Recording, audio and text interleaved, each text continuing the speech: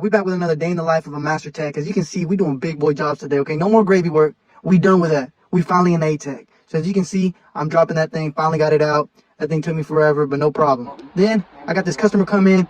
Bro's tires were literally on life support. Like, there's no way that thing hasn't blown out yet. That's crazy. Then I got this vehicle here where the fuel gauge shows to be empty, but they filled up the tank and it's completely full. So I got to diagnose that next. Then I got a customer stated that he hears a noise on his seat, and one of these cables right here were just like tapping while you're going down the road. So I went ahead and resecured that. As you can see, it's like playing the banjo right there.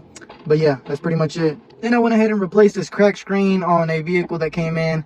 As you can see, I got the new screen there, nice and shiny. But that was pretty quick and easy. Then of course we took a lunch break. Don't judge the wings, they were just good, alright? Then I was finally able to finish the LSY that came in with the oil leak from the cam carrier. That was pretty easy. Then I finished off the day turning these rotors that were completely warped, but I think I saved them.